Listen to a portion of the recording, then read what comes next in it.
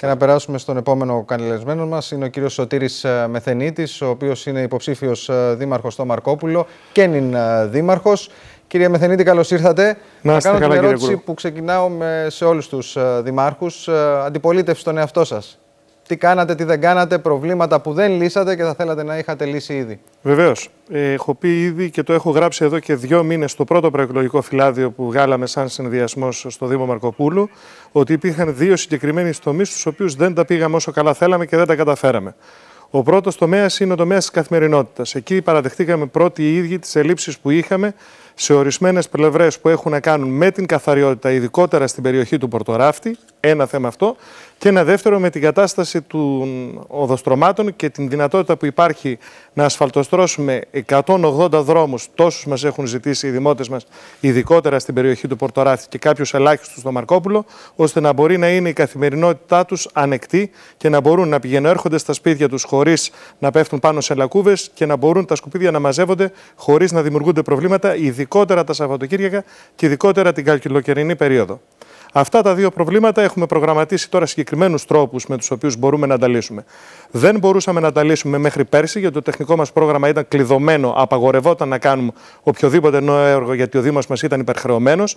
Καταφέραμε με μια έκτακτη επιχορήγηση που πήραμε 12,5 εκατομμυρίων ευρώ να σβήσουμε το 70% του χρέους του Δήμου Μαρκοπούλου. Για πρώτη φορά κάναμε ελεύθερο τεχνικό πρόγραμμα το 2014. Έχουμε στρώσει 30 δρόμους. Στόχος μας είναι μια μεγάλη εργολαβία ασφαλτόστρωσης δρόμων και δεύτερον η αγορά 2 μεγάλων απορριμματοφόρων. Μόνο έτσι θα δοθεί λύση και στο πρόβλημα της καθαριότητας. Αυτό είναι ένα σημείο που δεν τα πήγαμε καλά για αντικειμενικούς, πιστεύω, περισσότερο και λιγότερο υποκειμενικούς λόγους. Κύριε Μεθενίτη, ένα μεγάλο πρόβλημα της περιοχής είναι και η ανεργία. Τι δράσεις ετοιμάζετε ώστε να μπορέσετε να βοηθήσετε τους ανθρώπους που έχουν χάσει τη δουλειά τους? Υπάρχουν 2 ζητήματα εδώ που πρέπει να δούμε. Προσπαθήσαμε να κυνηγήσουμε στην κυριολεξία κάθε ελληνικό και ευρωπαϊκό πρόγραμμα αντιμετώπισης ανεργίας. 508 συμπολίτες μας απασχολήθηκαν σε δίμηνα, 5μήνα και 8μήνα προγράμματα κατά της ανεργίας. Δεν είναι αυτό η λύση. Αυτή είναι η ασπιρίνη που δίνεται σε ένα σοβαρό νόσημα. Χρειάζεται κάτι πιο ουσιαστικό.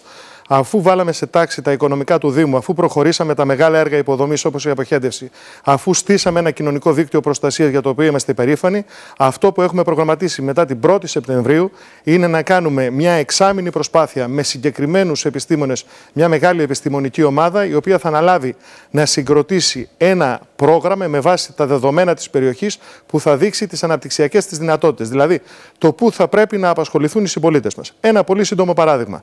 2.500 χρόνια από την εποχή του Ησίωδου που μιλάει για την Λεπτόγειο Μεσογεία, ζούμε στην περιοχή με την καλλιέργεια του σταφυλιού. Τώρα, δυστυχώς, λόγω της πτώσης των προστατευτικών και φορολογικών δεσμών, έρχονται πιο εύκολα παγοκολώνες μούστο από τη Χιλή σε πιο φτηνή τιμή από ότι να μαζεύει κανείς τα σταφύλια στην περιοχή του Μαρκοπούλου.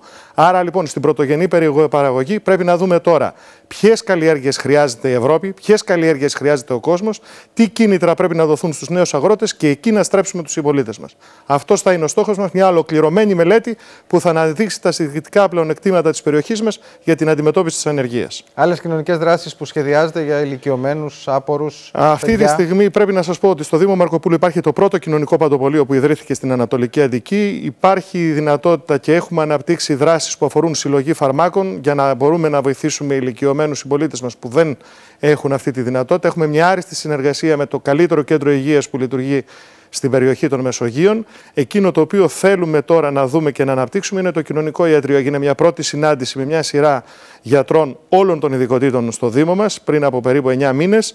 Είμαστε έτοιμοι τώρα να δούμε πώς αυτοί εντασσόμενοι στο κέντρο υγείας Μαρκοπούλου κάποιες απογευματινές ώρες και με συγκεκριμένες δυνατότητες που δεν θα τους επιβαρύνουν από φορολογικής άποψης, γιατί έχουμε δυστυχώς ακόμα και τέτοια εμπόδια να αντιμετωπίσουμε, να προσφέρουν και αυτοί τις υπηρεσίες τους που τόσο ανυστερόβουλα θέλουν και γι' αυτό ανταποκρίθηκαν στο κάλεσμά μας στους συμπολίτες μας. Αν και κάνατε άλμα στα οικονομικά, γιατί μειώσατε το χρέος κατά 70%, ωστόσο υπάρχει ένα έλλειμμα από ό,τι διάβασα γύρω στα 6,5 εκατομμύρια ευρώ, αν δεν κάνω λάθος. Ναι.